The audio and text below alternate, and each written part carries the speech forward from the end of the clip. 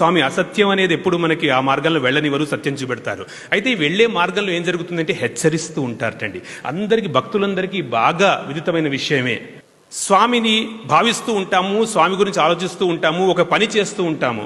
ఆ పని చేస్తున్నప్పుడు ఎక్కడో ఒక తప్పటడుగు పడుతూ ఉంటుంది, ఒక తప్పు చేస్తూ ఉండొచ్చు, ఒక భావం ఎటో వెళ్ళొచ్చు.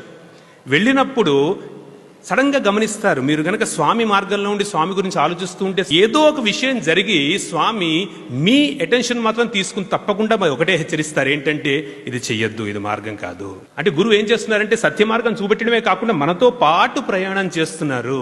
ప్రయాణం చేస్తూ ఎక్కడ తప్పటడుగు పడే ఛాన్స్ ఉన్నా కూడా ఇంతకంటే గొప్ప అదృష్టం లేదండి. పరమేశ్వరుడు పరమ గురువు అవడంలో అదృష్టం ఏమిటి అంటే, మిగతా గురువుల దగ్గరికి వెళ్ళి మనం మామూలుగా ఒక గురుబోధ తీసుకుని వచ్చేసి ఆ కనెక్ట్ ఉండకపోవచ్చు, కానీ wherever you are, the connect is there. That is the advantage with Parameshwara being Paramaguru.